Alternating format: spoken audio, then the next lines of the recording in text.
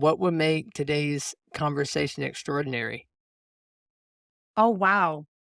You know what? I was just having a conversation last night with someone about how I feel God made me oversensitive.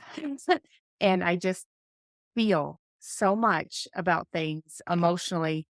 And I'm overwhelmed when someone is kind and nice. And the fact that you invited me to share some time with you and have a chat to me may not be or sound extraordinary to other folks, but I'm overwhelmed by people's kindness. So to make it extraordinary, I mean, I don't know what the key ingredient is there. The fact that we're making this time and you invited me to chat and just, you said, see where it goes. That means a lot to me. So thank you. Thank you for inviting me. You're welcome. I'm so glad to have you. And I think that's awesome. I think extraordinary is definitely in the eye of the beholder. And True. I love to ask that question, especially opening it up because it does a couple things. It gets us to see the extraordinary and it gets us to be hopeful. What's on your mind right now? What's on my mind is whatever comes out of my mouth will hopefully have an impact on someone else, or they can take something away from what I say and use it, or something that will provide encouragement to others. I found that I'm more effective and happier when I approach it as helping other people. I'm more happy. That business model, while the financial aspect is great, I gain more fulfillment when I am providing encouragement and motivation to others and sharing with something with someone that they can use. I've learned in my coach training is that it's really cool that the word listen and the word silent have the same letters in them. And one of my big takeaways this past year is really listening and really being silent and listening and serving the person in front of me. But also something you said really stood out to me is you're realizing a huge factor, and it's that idea of it's the impact before the income, and that's the way that I look at it. And if we're really serving the person in front of us, serving them so powerfully, I believe that our service will in turn bless us financially. And Yes. when we, because it's so easy, I mean, we're surrounded by the numbers game. And I mean, I Yes. started in affiliate marketing myself, and it just wasn't for me. I'm so glad at what I'm doing now as a coach. And I can definitely say that I've found such joy and fulfillment. And the finances are coming and they will continue Yes. to come, but that's only gonna come at my level of impact and my level of influence to those that are in front of me. And that's perfectly said. And just to add more to that, we're taught when we start out in that business model, to hustle, hustle, hustle, go, go, go, and, try to get those. But what we learn as we go on and those numbers aren't coming, if you go back to that relationship building process, yes, it's then that the sales, the sales and the income will come. So what else is on my mind? Well, I just touched on it at the beginning. I've just the past week just been having this experience of realizing I've heard the term empath being thrown around a lot, but I've just I've just had this realization over the past week that I think God made me oversensitive. And in some terms, that can be a good thing. It can be a blessing. And in some ways, it can be a curse. And that's what's on my mind right now, because in the past week, I've just experiences, things that I'm going through, things that I've heard, things that some of my friends are going through. I I feel what they're going through. And again, it's a blessing and a curse. It helps you to be more empathetic, more sensitive to people's concerns, needs, their emotions, but it can also be very hard on you and very draining. So I'm trying to find a balance that will keep me healthy. And it's not always easy. Yeah. Not always It's easy. definitely not always easy. And I too have recently realized how much more I'm attuned to the feelings of those around me as well. I grew up very bottle your feelings and achieve and perform to get your approval. Yes. That was how I grew up. And over time, I've gotten soft. And I Yes. never really realized it until very recently, and I feel like God's really been revealing this, and this has just been in I the know. few months. And, for instance, I play drums for my church, and that's a very open, Okay. Yeah. spiritual, emotional thing, and there would be Mhm. these times that I'd get off stage, and I'd have these intense feelings, and some of them were people that this sense of anxiety or this sense of depression, and "This isn't my feelings." Like, that's not where I was at, and I started to really pray on it and think on it, and then here recently, a few months ago, I realized that I have the ability to feel the room, literally feel the people in the Yes. room, and it's such a it's so hard to almost think about, and it feels such a weight if you let it be, because Yes. you have to identify the fact that are these feelings mine?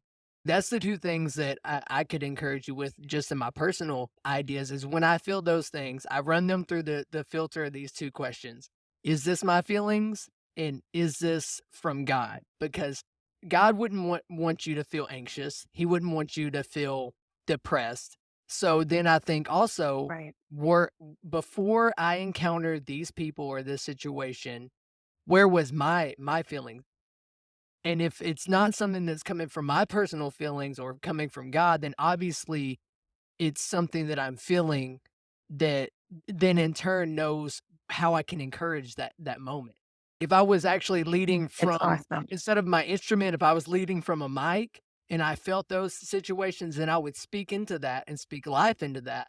And Wow. that's just one thing that I would encourage you with because it is so easy when we're feeling so strongly, it's so easy to let those attach to us. And I would just say also guard your heart and guard your feelings and Yes. guard your spirit because that's crucial. And I would ask you too is when we get into this service based business and the Yeah. stuff that we're doing, I want to ask you in this moment, regardless of the people that may listen in the future, it's just me and you, Tammy. Okay. What do you need in this moment? What do you need today?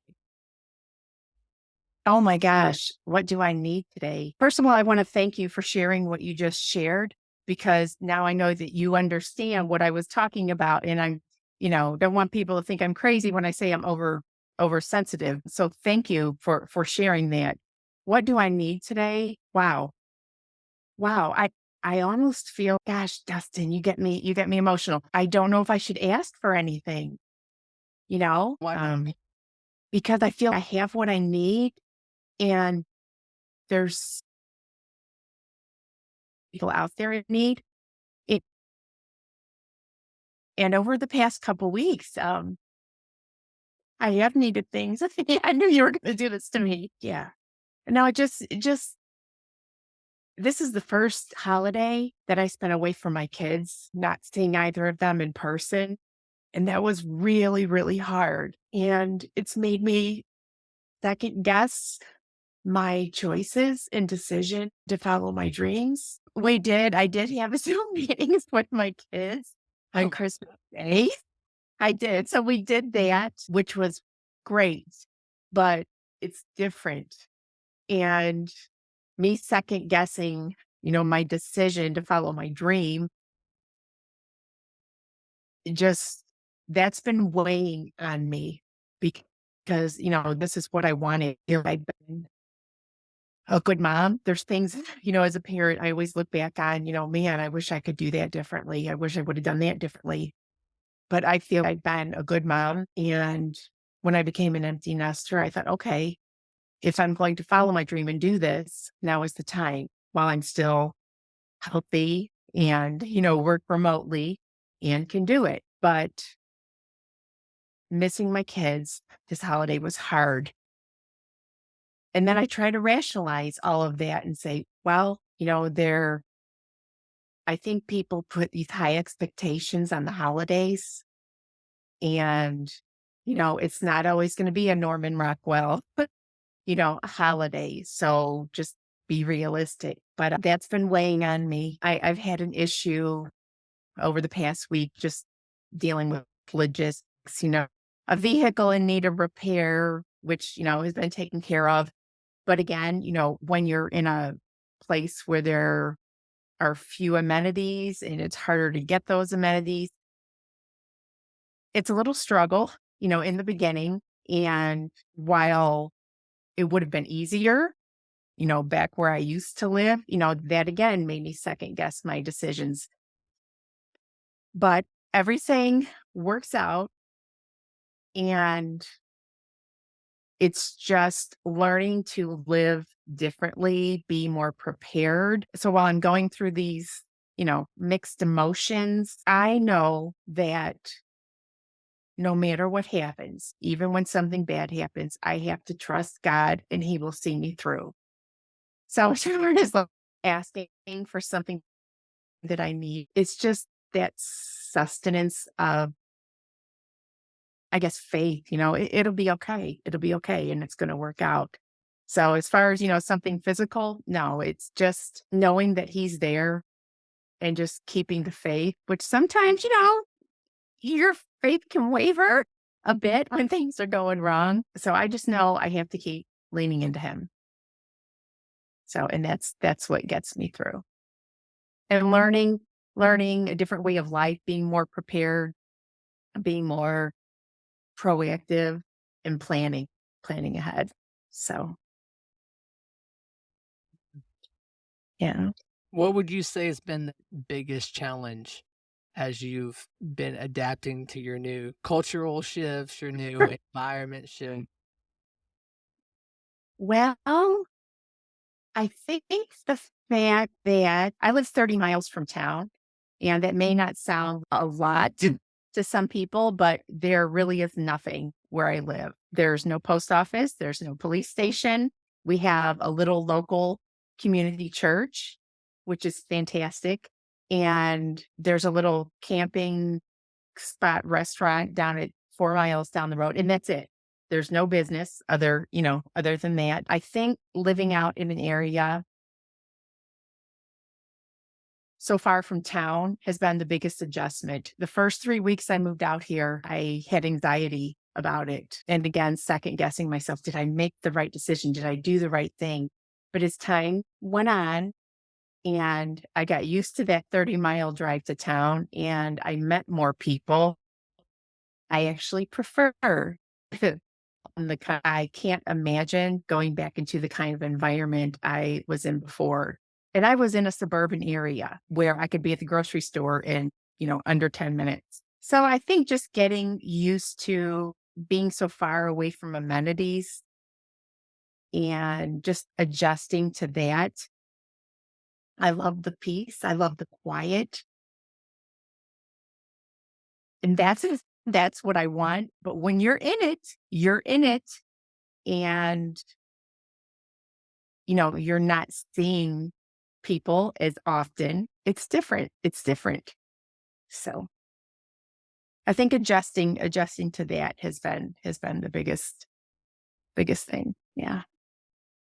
For sure, for sure. And I can tell you definitely are a people person, and Aw.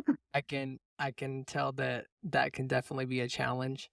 But I think with your business that you're in, you do get that opportunity to see people that you would like to see. Oh, yeah. But to circle back to something you mentioned too, is you mentioned earlier that you were almost doubting your dreams and Yeah. you're doubting this decision. What is it exactly do you think that triggered these doubts? Great question. Again, I think going back to the holidays, I actually came out and asked my daughter, "Do you think their father, my adult children's sister and I are divorced?" And I asked my daughter around Christmas, I said, "Do you think we should live close to each other?" You know, I'm close to my children, and my daughter, surprisingly, my daughter said, "Oh, I think it's okay the way it is." She's which kind of blew my mind. I mean, we're very close. We're very close. She's 22, and my son is 20. So here I am, mom, just crying and worrying, and that I made the wrong decision. And my daughter's cool with it. My son's in college right now. He's got another year and a half left.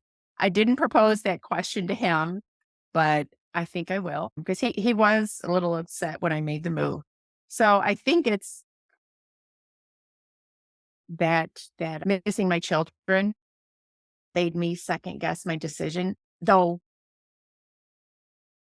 my daughter, she said she's very happy for me and all that. The other thing was having, a vehicle issue and feeling I was stranded. Should, you know, a single woman be out here in this kind of area by herself? But also, I don't want to, I know that I'm a strong woman and I've been through a lot. I've learned how to do a lot on my own. And somehow I always get through. I always fight through. Have learned to be very self sufficient. So it might just be, I know that a lot of people get more emotional around the holidays. I know that for a fact. So I'm hoping I can contribute some of that extra emotion, to that. Because I'll tell you, January 1st, when it rolls around, and I hate to say this, I love Christmas. I love what it means. But January 1st comes and I'm glad those holidays are over because there are so many expectations placed around the holidays that people people expect things and they expect them to turn out a certain way. And, sometimes it only happens in the movies. And when those things don't turn out, Exactly. we're really let down. So I'm telling you, January 1st, I start feeling better. Come on. Yeah. One thing you said that I would to explore, maybe give you a perspective from an adult child with a mom and dad that are fairly close is I want to encourage you with the idea and the perspective of your kids want to see you succeed. Your kids want to see you have these big Yeah. goals and achieve them because that's and they almost want you to experience being your own person again. 'Cause even it's so interesting because 'cause I'm in a space where I have a 2-year-old and I'm about to have a newborn in a few weeks. In the middle of Wow. January, she's due, so we're excited for all that. But I'm in that unique perspective of I'm the dad that has to be hands-on right now because my Right. son's so young, and then I'm also in the perspective of I see how much my mom cares for me, and we live fairly close, and how much she's desperately trying to keep that connection, and I don't say that negatively, I say it positive, Right. but to the point where it's almost like don't when we're in it, we don't see it, and there's such a beauty there. Because if I could tell my mom anything, I would be, "Mom, go have your friends, go live your dreams, and at the expense of you living far away, and maybe we miss some days together. Right now, we see each other at least once a week, and that's great, Oh, mom. nice. That's great, mom. I love you. That's cool and all, but at the same time, I can't always drop everything what I'm doing and go see you." Yeah. Say that in any negative light towards her, but I say it in that encouragement of, yes, it's tough, and I believe too, it's almost we grieve former seasons of ourselves. Because even when I first became a dad, I grieved my newlywed, just me and my wife, Yep. our time together because that was so precious. We didn't have responsibilities of keeping a human being alive. But then Right. also and even before that, when you're in marriage for a while, before that, when you're single, you almost grieve the fact that you were your own person completely.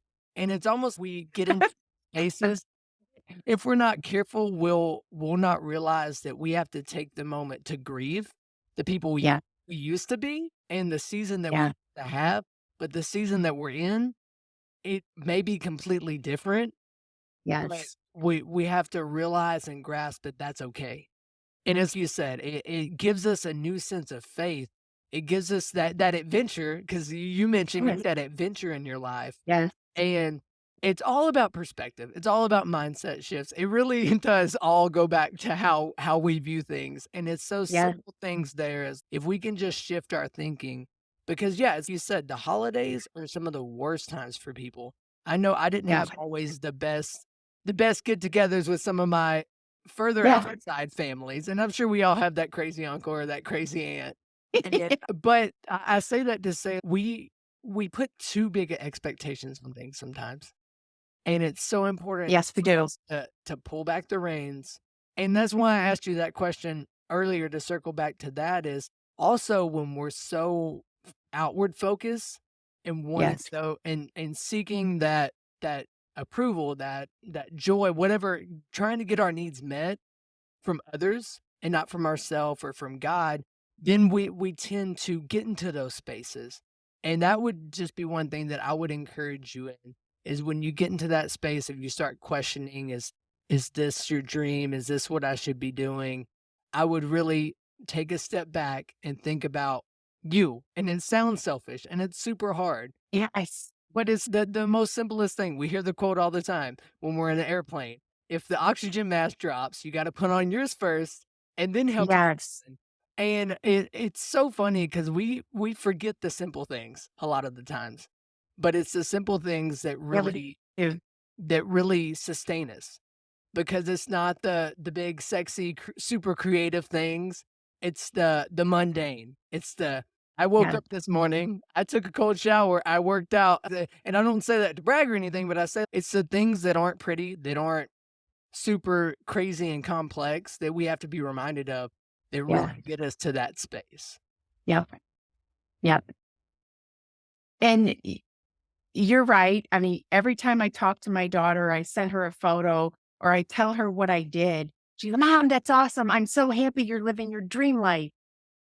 And then, I just, maybe it's Dustin, it's because I got divorced when they were very young. I feel I will always have that mom guilt, because I know divorce affects children detrimentally. And if anyone can avoid it, please avoid it at all costs. And people have to make that decision for themselves. But I tell people, unless your life is in danger, do everything within your power to try and work it out. Do everything within your power because God can work miracles. Unless you are in physical danger, try to work it out. And there's a piece of me that will always have that mom guilt because I see how it's affected them. But I thank the Lord I have great relationships with my kids now. And my daughter, she has no problem telling me how happy she is for me. And my son, he took it pretty hard. My daughter went off on her own a couple of years ago. She moved before me. She's very assertive, very strong-willed, can handle herself. My son was still living with me at the time that I was packing and getting ready to move and moved, and he took it very, very hard. So, still struggling in that area a little bit, but I think that you're right. If they see me being productive, happy, going after my dreams and goals, I'm setting a much better example for them than if I was just wallowing in self-pity and guilt and not thriving. So I appreciate you bringing up that point and, regarding the relationship with your mom, I get it. And it's not selfish. And I understand, our moms, They want to be around. Your mom is the rock. Your mom is the rock of the family, and she wants to make sure all her little chickens, are healthy, happy, and she wants to be close to them. It's just how a mom's heart is made. But again, on the other hand, I know that I will set a better example for my kids if I'm thriving and they see that. And that's going to encourage them to go after their dreams and goals. This growth process, I I will just give them we will have a better relationship, my children and I, Yeah. if I'm healthier and I'm growing and thriving and set that example, and they're gonna see that, and hopefully that will be instilled in them as well. Yeah. So, Yeah. And yeah. to touch on your thoughts of mom guilt and all that surrounds that, I want to encourage you and remind you we can't change the past. We can't go back in time. Correct, We can't correct. and I would encourage you into not blaming yourself for Mm, that situation because I mean, I don't know details. And yeah, yes, by all means, divorce is never the answer. And I right. totally agree. If you could stay together, if you can make it work, then make it work. Do all your steps. To really just encourage you in that fact is we can't control the past. And it's that you said your growth now and what you do today and what you do tomorrow, that's what's going to be the bigger impact for your children Yes, moving forward. Because the thing is, from now to 30 years in the future, that's going to be more remembered from now till 30 to 60 years in the past and it's the more that we focus absolutely. it's so easy for us to focus on the past and get into these thoughts of history repeats itself. It repeats itself if you don't make a change. And if you're making changes, then you truly are doing the things that are going to set your kids up for amazing things. So definitely give yourself credit for because you're making more waves than you think. You're more powerful Yeah, than you think. yeah. And yeah, it's just you've got this. You've got this. I appreciate that, and the thing is, you said, you know, our past doesn't define us. Don't isolate yourself. And no matter what has happened, what you think has broken you, God can turn it around and use it good. Every has a story. And the important thing is that we learn from it. And you can take your story, your testimony, and share it with others and help them potentially, you know, prevent mistakes in their own life or show them that, yes, this happened to me, or I did this, and I know it was wrong, or this happened to me. I was broken by it, but I grew through it. I learned from it.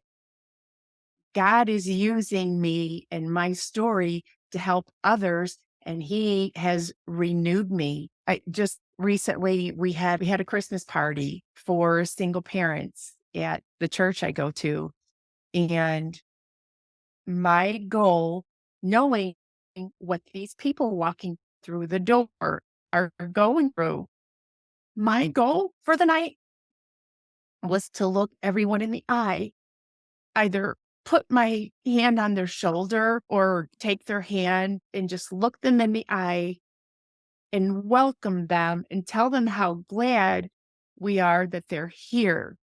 Make them feel special and important. Because when people are going through times they had small kids alone, you know, you might not have enough money to put enough food on the table, whatever it is to meet your bills. I know that struggle. I know what it's when the kid says, Mom, I'm hungry, wakes up at night. So, yeah, the guilt pops up, but you're going through something that's not always gonna be like that. It's gonna change. You're not always gonna be in this broken place. And just keep trusting him. Keep trusting him. Keep relying on him. He's gonna see you through. Sorry. All good. I'll let that marinate for a moment. Yeah. Um, God uses broken people. Yeah. So we all have value. We all have value. Tammy, I appreciate you taking this time to talk and showing up and being your vulnerable, authentic self. You never have to apologize for this level of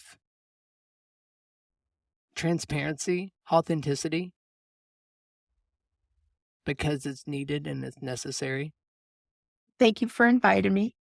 And this isn't so much sadness. This is healing. Yeah, Yeah. exactly. Thank you.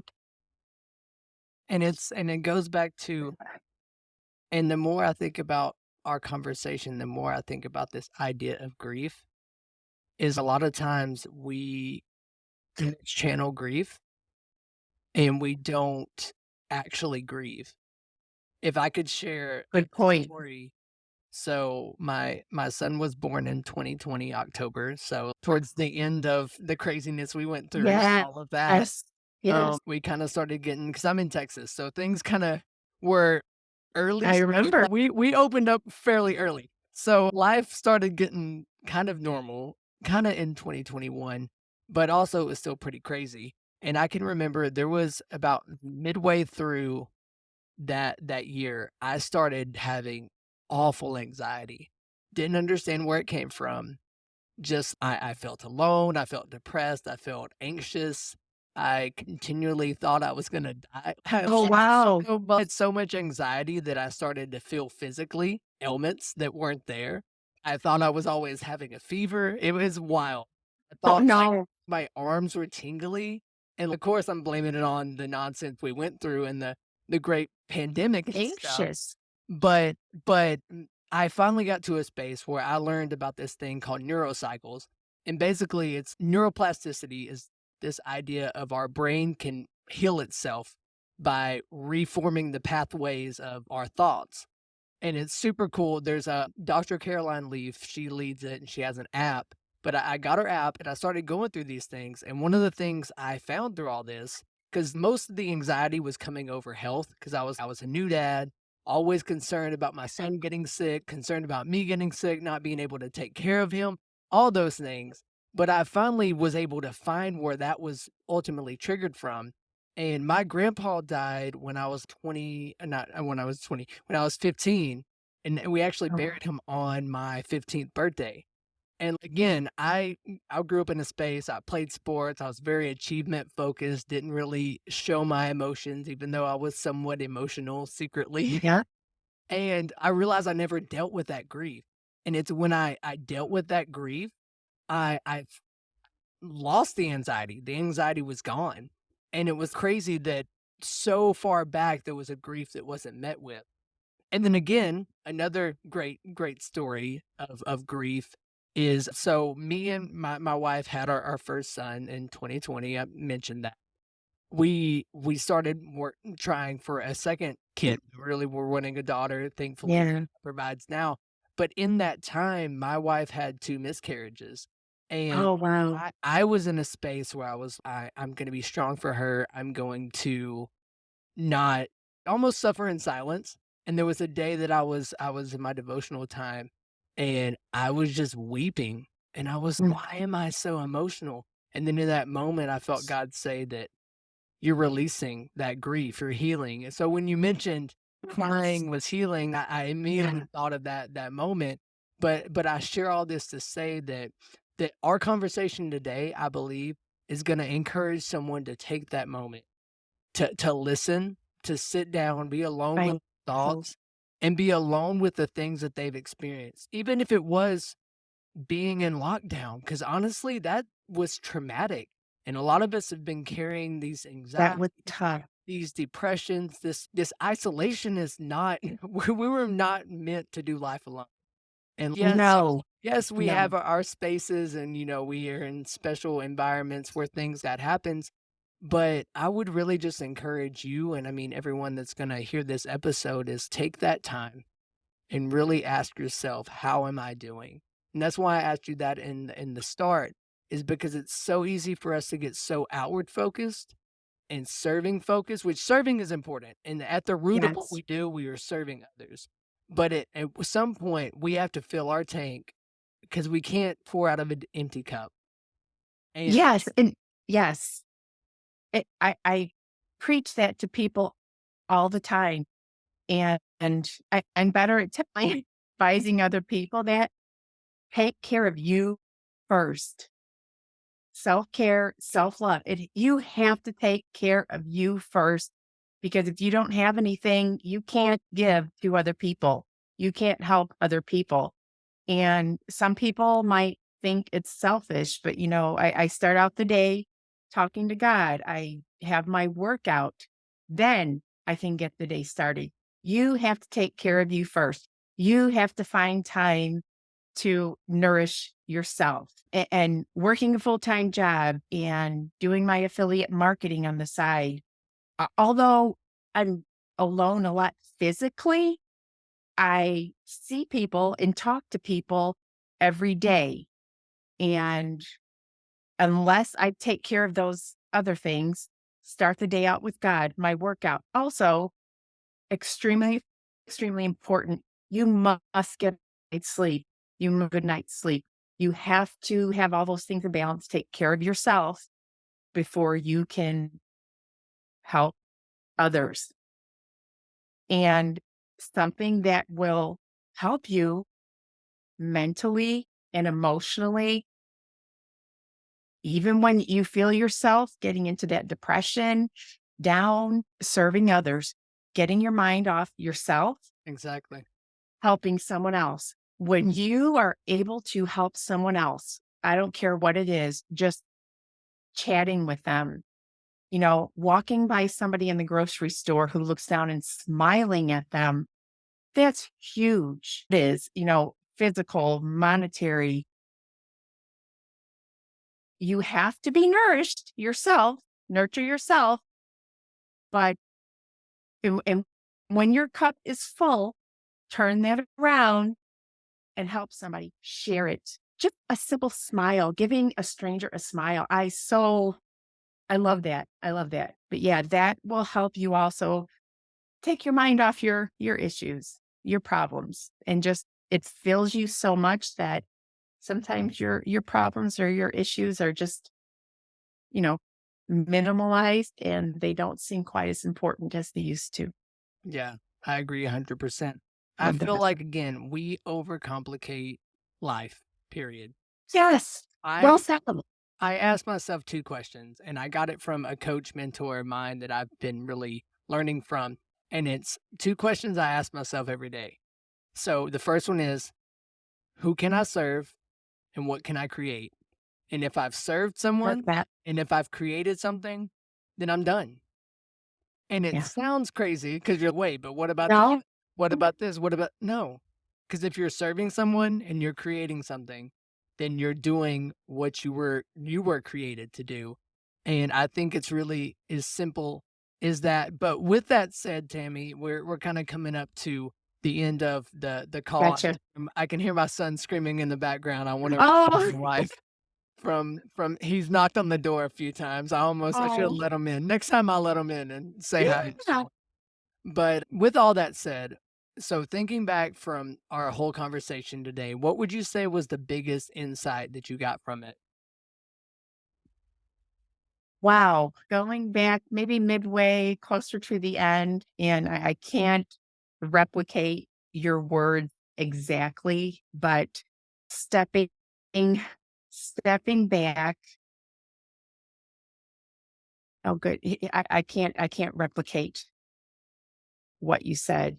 You were talking about, oh, I know what it was. You were talking about how you were taking on others' feelings and you had to ask yourself, are these my feelings? That that stood out to me, especially being someone who is oversensitive. Stop that. I'm going to practice that now. Stop and ask myself,